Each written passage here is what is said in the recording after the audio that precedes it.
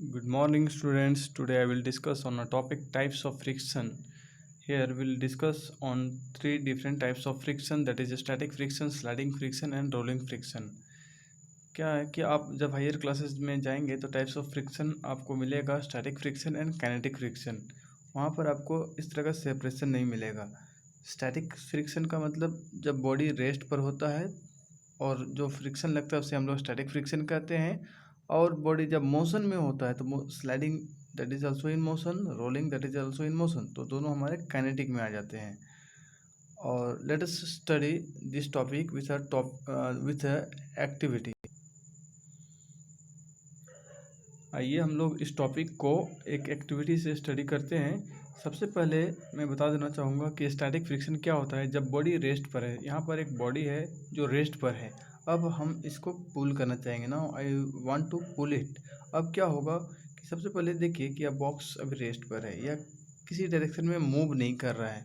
Question होता है क्यों नहीं मूव कर रहा है, क्योंकि इस पर जो फोर्स लग रहा है वह जीरो है, या फिर हम कह सकते हैं इस पर बैलेंस्ड फोर्स लग रहा है। बैलेंस्ड फोर्स में क्या होता है कि दोनों डायरेक्शन से फोर्स लगता है और इक्वल फोर्स लगता है। उससे क्या होता है, ऑब्जेक्ट पर नेट फोर्स जीरो हो जाता है। तो अभी फ़िलहाल यह बॉक्स रेस्ट पर दिखाई पड़ रहा है और हम कहेंगे कि यह बैलेंस्ड फोर्स की वजह से ऐसा है, या फिर हम कह सकते हैं कि इस पर जीरो फोर्स लग रहा है। लेकिन जब हम इसे इस थ्रेड की हेल्प से, इस रबड़ वाले थ्रेड की हेल्प से हम इसे पुल करना चाहेंगे तो इसे इस डायरेक्शन में आना चाहिए, क्योंकि जब एक बार फोर्स लग जा रहा है, क्योंकि हम यहाँ पर एक ही डायरेक्शन में फोर्स लगा रहे हैं, तो इस पर जो फोर्स लग रहा है वो अनबैलेंस्ड फोर्स होगा, और अनबैलेंस्ड फोर्स हमेशा ऑब्जेक्ट को उस रेस्ट से मोशन में लाने में हेल्प करता है। तो लेट अस स्टडी।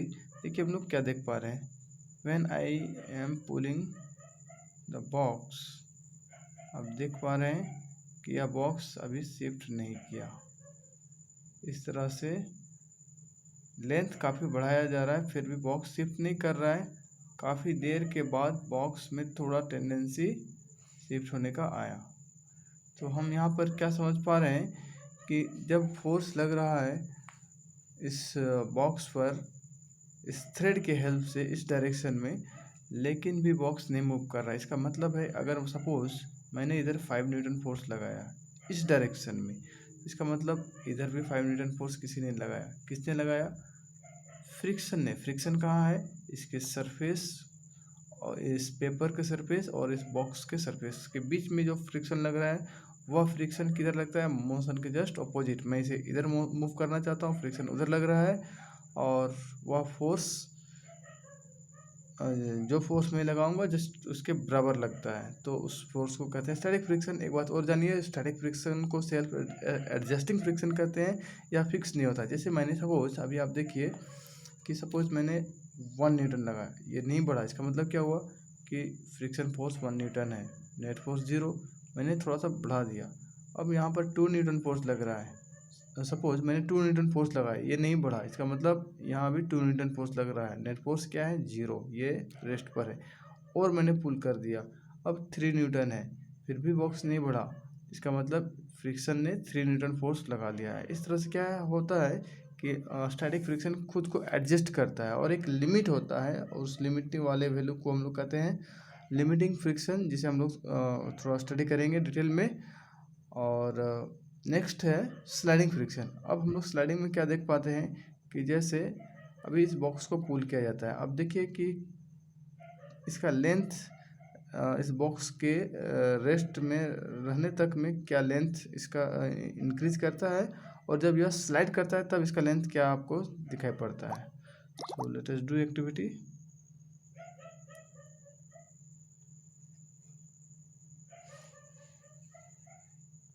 देखिए शायद वीडियो में आपको अच्छे से नहीं दिखाई पड़ रहा होगा लेंथ, लेकिन यहाँ पर यह दिखाई पड़ रहा है कि जैसे ही बॉक्स पर इस थ्रेड से फोर्स लगाया जा रहा है, इस थ्रेड का लेंथ बढ़ रहा है, या थ्रेड रबड़ का बना हुआ है, इसका लेंथ बढ़ रहा है। और यह कब तक बॉक्स नहीं मूव करेगा? जब यह अपने मैक्सिमम वैल्यू तक, लिमिटिंग फ्रिक्शन तक यह बॉक्स मूव नहीं करेगा, और उसके बाद जैसे यह स्लाइड करना शुरू करेगा। और हम देख पा रहे हैं कि जब स्लाइड कर रहा है उस वक्त इस थ्रेड का लेंथ थोड़ा सा डिक्रीज कर रहा है। धीरे धीरे जब मैं पुल कर रहा हूँ तो इसका लेंथ काफ़ी बढ़ रहा है, और जैसे ही ये स्लाइड करता है थोड़ा सा लेंथ डिक्रीज हो जाता है। इसका मतलब क्या हुआ कि स्टैटिक फ्रिक्शन के कंपेयर में स्लाइडिंग फ्रिक्शन का वैल्यू थोड़ा कम होता है। अब ऐसा नहीं कि ये स्लाइड कर रहा है और फ्रिक्शन नहीं लग रहा है, ऐसा बात नहीं है। स्लाइड कर रहा हूँ, अगर यह फ्रिक्शन फोर्स नहीं लगा रहा है तो थ्रेड का लेंथ यही होना चाहिए। स्लाइड हो रहा है तो थोड़ा बहुत तो लेंथ है, इसका मतलब क्या है कि यहाँ पर ऑपोजिशन फोर्स लग रहा है, and that is sliding friction. And last one is rolling friction. अब हम लोग देखते हैं कि रोलिंग फ्रिक्शन के लिए क्या है कि हम उस पर रोलर लगा सकते हैं। सपोज मैंने एक यहाँ पर टॉयस कार रख दिया और इस पर इस बॉक्स को इसके ऊपर रख दिया। अब हम लोग इसको पुल करने का प्रयास करते हैं। देखिए हम क्या देख पा रहे हैं, बहुत लिटिल फोर्स लगाने पर यह बॉक्स आसानी से मूव कर रहा है। This means what, this force is again less than the sliding friction. हमने क्या बताया था, स्टैटिक फ्रिक्शन के कंपेयर में स्लाइडिंग फ्रिक्शन कम होता है और स्लाइडिंग फ्रिक्शन से कम रोलिंग फ्रिक्शन होता है। और इसी के आधार पर हमारा एक नोट होगा जो आपको एग्जाम में अक्सर पूछे जाते हैं, static friction is less than sliding friction and this sliding friction is less than rolling friction. Rolling friction सबसे कम होता है और स्टैटिक फ्रिक्शन सबसे ज़्यादा होता है। थोड़ा डेफिनेशन को आप एक बार स्टडी करिए। Static friction, the force of friction which comes into play between two bodies when one body actually starts moving over the other is called static friction। जब तक वह रेस्ट में था उस पर कोई फोर्स नहीं लगा, स्टैटिक फ्रिक्शन अभी नहीं जनरेट हुआ। जैसे ही मैंने उससे पुल करना या कोई फोर्स लगाना शुरू किया, वह क्या करेगा, उस फोर्स को अपोज करना चाहेगा। किसके हेल्प से, स्टैटिक फ्रिक्शन के हेल्प से। उसी बात को यहाँ कहता है one body actually starts moving over the other before, मतलब मूव करने से पहले। जैसे मैंने बताया था 1 न्यूटन लगा तो फोर्स मैंने लगाया, उस फ्रिक्शन ने भी 1 लगाया। मैंने लगाया 2 न्यूटन, फ्रिक्शन ने भी लगाया 2 न्यूटन। मैंने लगाया 3 न्यूटन, उसने भी लगाया 3 न्यूटन। 4 न्यूटन के बाद सपोज वो मूव करने लगा, तो 4 न्यूटन से पहले का जो भी फ्रिक्शन रहा 3 2 1, ये सभी किसके अंदर आएंगे, स्टैटिक फ्रिक्शन। उसके बाद क्या होगा, स्लाइडिंग फ्रिक्शन के बाद देखा जाता है कि एक बार जब वो स्लाइड करता है तो उसका वैल्यू चेंज नहीं करता, बढ़ता नहीं। सपोज वह 3 न्यूटन फोर्स लगाने पर वह स्लाइड कर रहा है तो कंटिन्यूस वह 3 न्यूटन फोर्स ही लगेगा और एक्स्ट्रा फोर्स लगाने की आवश्यकता नहीं पड़ेगी। रोलिंग फ्रिक्शन में भी जो फ्रिक्शन लगता है वह फिक्स होता है, और यह फ्रिक्शन कम होता है हो सकता है कि यहाँ 2 न्यूटन पर ही वह बॉक्स स्लाइड कर रहा है और वह फिक्स रहेगा। उसके बाद हमें पढ़ना है that is limiting friction. Limiting friction क्या होता है, the maximum value of static friction is called limiting friction. उसका मैक्सिमम वैल्यू, जैसे मैंने बताया कि मैंने 1 लगाया, फ्रिक्शन ने 1 लगाया, किस में, स्टैटिक फ्रिक्शन में। मैंने 2 लगाया तो उसने 2 लगाया। मैंने 3 लगाया, स्टैटिक फ्रिक्शन ने 3 लगाया। मैंने 4 लगाया, उसने 4 लगाया। जैसे ही मैं 4 से ज़्यादा लगाता हूँ क्या होता है, बॉडी स्टार्ट्स टू स्लाइड करना स्टार्ट करता है या फिर रोल करना स्टार्ट होता है। इसका मतलब कहेंगे कि 4 न्यूटन मैक्सिमम रहा, 4 के बाद अब बॉडी रेस्ट पर नहीं रह रहा है, means 4 Newton is it's limiting value, limiting friction. Static friction के सबसे ज़्यादा वाले वैल्यू को, मैक्सिमम वैल्यू को हम लोग कहते हैं limiting friction. Now will study a graph. देखिए इस ग्राफ को हमें स्टडी करना है। यहाँ हम देख पा रहे हैं there is a graph between force of friction and applied force. जैसा हमने बॉक्स में देखा, हमने जैसे थ्रेड से फोर्स लगाया, क्या होता है, बॉक्स का फ्रिक्शन धीरे धीरे बढ़ता है। यह फ्रिक्शन का ग्राफ है, एक्सिस है, और ये फोर्स का। इस ग्राफ का नेचर देखिए इस तरह से आया हुआ है, इसको समझने का प्रयास करिए। क्या होता है कि जैसे हम फोर्स लगाते हैं इस डायरेक्शन में, यहाँ 0 फोर्स है, मैंने थोड़ा बढ़ाया, फ्रिक्शन ने भी थोड़ा अपने आप को बढ़ा लिया, ग्राफ कैसा हो गया, ऐसे। उसके बाद मैंने अपने फोर्स को थोड़ा यहाँ से यहाँ बढ़ाया, अब क्या होगा, इसका कॉरस्पॉन्डिंग फ्रिक्शन फोर्स भी बढ़ गया। फिर मैंने बढ़ाया, इसका कॉरस्पॉन्डिंग फ्रिक्शन फोर्स भी बढ़ गया। फिर यहाँ पर बढ़ाया गया फोर्स को, एक्सटर्नल फोर्स बाहर से ऑब्जेक्ट पर, देखिए इसका कॉरस्पॉन्डिंग फ्रिक्शन फोर्स बढ़ गया। अब क्या होता है, इसके बाद जैसे ही मैंने फोर्स को बढ़ाया, क्या होता है कि इसका कॉरस्पॉन्डिंग फोर्स, अभी आप देखेंगे यह अब घट गया। इसके कंपेयर में ये थोड़ा कम है। तो यहाँ पर ऐसा क्यों हो रहा है? क्योंकि देखिए यह जो नेचर यहाँ से स्ट्रेट लाइन दिखाई पड़ रहा है, यह नेचर स्टैटिक फ्रिक्शन का है। कहने का मतलब जब तक बॉक्स नहीं मोशन में आता है तब तक वो अपने आप को एडजस्ट कर रहा होता है, अपने फ्रिक्शन को बढ़ाता रहता है और एक मैक्सिमम वैल्यू तक ही वह बढ़ा सकता है, जिसे हम लोग कहते हैं limiting friction. This is called limiting friction. Okay, and what happens after this, इसके बाद क्या होता है कि जैसे ही बॉडी मोशन में आता है उसके बाद हमें ज़्यादा फोर्स लगाने की आवश्यकता नहीं होती है। हमें थोड़ा कम फोर्स लगाने पर थोड़े कम फोर्स के हेल्प से भी बॉडी स्लाइड करना स्टार्ट कर देता है। और हम देख पा रहे हैं कि यह बॉडी अब स्लाइड कर रहा है कंटिन्यूसली। हम फोर्स कितना भी लगाएं उसके बाद फ्रिक्शन का जो वैल्यू होगा वह इस पॉइंट पर फिक्स होगा और इतना फ्रिक्शन लगता रहेगा, जिसे हम लोग कहेंगे this is called sliding friction. ठीक है, so that's all in this graph. Yes, apart from this I will discuss on more little topics, that is friction और necessary evil। यहाँ पर दो वर्ड्स हैं, necessary and evil। कहता है कि फ्रिक्शन हमारे लिए नेसेसरी भी है और हमारे लिए नुकसान भी है। तो how? So first of all it plays important role in our daily life. Friction की वजह से हमारे डेली लाइफ में बहुत सारा काम होता है, जैसे हम पेन से लिखते हैं। अगर फ्रिक्शन नहीं होता तो हम लिख नहीं सकते। ये सब जो हमने लिखा है फ्रिक्शन की हेल्प से, फ्रिक्शन नहीं होता तो ये बॉल रोल नहीं होता और हम लिख नहीं पाते। फ्रिक्शन नहीं होता तो हम इस पेन को होल्ड नहीं कर पाते। फ्रिक्शन नहीं होता तो हम वॉक नहीं कर सकते। तो फ्रिक्शन नहीं होता तो कोई व्हीकल मूव नहीं कर पाता। इस तरह से फ्रिक्शन का बहुत ही ज़्यादा नेसेसिटी है। एविल दैट इज न्यूसेंस, और कह सकते हैं नुकसान क्या है? Wastage of energy. ठीक है, wastage of energy. Second is damage moving parts of machine. Energy का वेस्टिंग कहाँ होता है? तो जो भी मूवेबल पार्ट्स हैं, तो आपको मालूम है जैसे फैन ही आपके घर में है, मिक्सी है, जब भी वह स्टार्ट होता है तो आपको थोड़ी देर के बाद महसूस होता है कि वह मशीन गर्म हो रहा है। क्यों गर्म होता है? Due to friction. तो मूवेबल पार्ट्स में वहाँ फ्रिक्शन होता है, वो एक दूसरे को रबिंग करते हैं और रबिंग के दौरान जो एनर्जी होता है इलेक्ट्रिकल एनर्जी, वह हीट एनर्जी में कन्वर्ट होता है। और उससे क्या होता है कि जितना एनर्जी उस मशीन में सप्लाई किया जाता है उसके बराबर का एनर्जी आउटपुट के तौर पर नहीं मिलता है। कुछ एनर्जी हीट के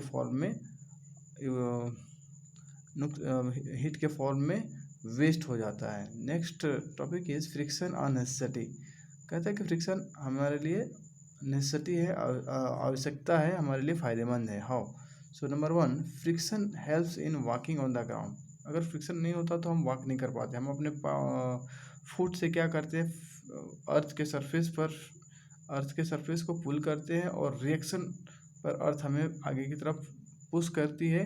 किसकी हेल्प से? फ्रिक्शन की हेल्प से। अगर फ्रिक्शन नहीं होता तो हम स्लिप कर जाते हैं। Second point is without friction the tyres of vehicles will go on spinning. आपने कभी देखा होगा कीचड़ के सड़कों पर गाड़ियों का जो पहिया है वो स्पाइन कर रहा होता है, वो एक ही जगह पर रोल करते रहते हैं। So that is called spinning. अगर और ऐसा क्यों होता है? क्योंकि वहाँ पर कीचड़ है। कीचड़ में क्या होता है? फ्रिक्शन काफ़ी कम होता है और व्हीकल के टायर्स को सफिशिएंट फ्रिक्शन नहीं मिल पाता है और वह एक ही जगह पर घूम रहा होता है। Number 3 is it helps to avoid स्कीड।